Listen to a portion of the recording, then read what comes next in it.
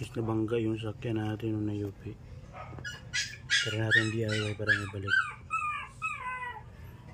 Busan natin ang tubig na mainit.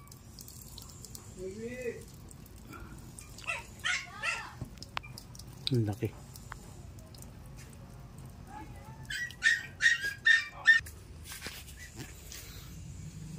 May dimple.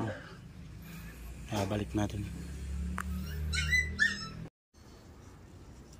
Hindi kaya ng tubig. Try natin to kung pwede. Laki kasi di ko kaya itulak. Try natin to. Let's go. Ito kayo. Dinari sa loob. Loob. Natin. Natin kung pwede na.